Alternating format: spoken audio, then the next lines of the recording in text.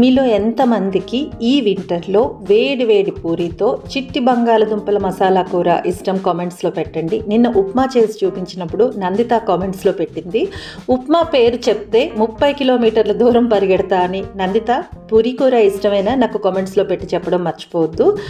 And మనం అలాగే పూరీ కూర చేసుకుంటూ ఒక మంచి లైఫ్ లెసన్ గురించి మాట్లాడుకుందాం. అదేంటంటే, ఫిలాసఫీని బోధించే ఒక ప్రొఫెసర్ గారు తన తరగతి గదిలో బల్ల మీద కొన్ని వస్తువులతో నిల్చొనున్నాడు.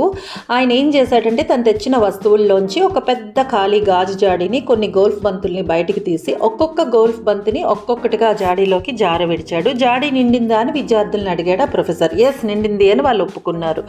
అప్పుడు ప్రొఫెసర్ తను తెచ్చిన గులకరాళ్ళ కవరు విప్పి వాటిని కూడా జాడీలోకి జారవిడిచి కొద్దిగా జాడీని కదిలించాడు. గులకరాళ్ళన్నీ కూడా గోల్ఫ్ బంతుల మధ్యకి అట్టడుగుకి చొచ్చుకొని పోయాయి.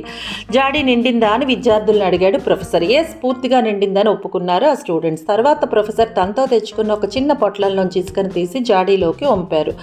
అది జాడీలోకి నిరాటంకంగా జారిపోయింది. జాడీ నిండిందా అని విద్యార్థులను అడిగాడు ప్రొఫెసర్. ఎస్, నిండిందంటూ ఒకేసారి ముక్త కంఠంతో అరిచారు ఆ స్టూడెంట్స్. అప్పుడు ప్రొఫెసర్ అప్పటిదాకా మూతపెట్టి ఉన్న 2 కాఫీ కప్పుల్ని దగ్గరికి తీసుకుని వాటి మీద మూతల్ని తీసి కాఫీని జాడీలోకి ఉంపారు. ఇసుక రేణువుల మధ్యలో ఉండే ఖాళీ స్థలంలోకి కాఫీ సులువుగా జారుకుంది. విద్యార్థులందరూ విరగబడి నవ్వారు.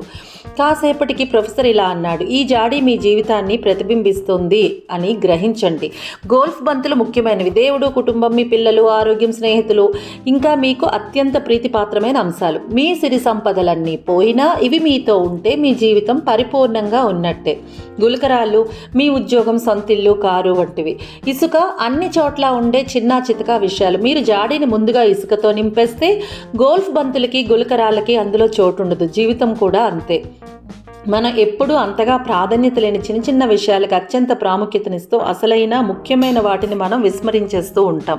మీకు మీ వాళ్లకు సంతోషం కలిగించే వాటిపైన దృష్టి నిలపండి అని అంటే, ఇంతలో ఒక కుర్రాడు తనకో సందేహం అన్నట్టు చెయ్యెత్తాడు. ఓకే, మరి కాఫీ దేనికి ప్రతిరూపం అని అడిగాడు. శబాష్, ఈ ప్రశ్న అడిగినందుకు నాకు చాలా సంతోషంగా ఉంది.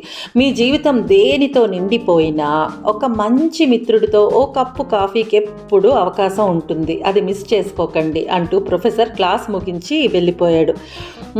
నిజమే కదా, మీకున్నారా అలాంటి ఫ్రెండ్? ఎవరైనా మీ లైఫ్లో అలాంటి ఒక ఫ్రెండ్ ఉంటే నాకు కిందన కామెంట్స్లో పెట్టి చెప్పడం మర్చిపోవద్దు. మీరందరూ బాగుండాలండి, హ్యాపీగా, హెల్దీగా, పీస్ఫుల్గా, స్ట్రాంగ్గా, స్ట్రెస్ ఫ్రీగా ఉండాలి. అదే మన శ్రీలు టీవీ స్లోగన్. అంతే. సర్వే జన సుఖినో భవంతు. ఓకేనా? Bye bye. మళ్ళీ నెక్స్ట్ వీడియోతో మీ ముందుకు వచ్చేస్తా.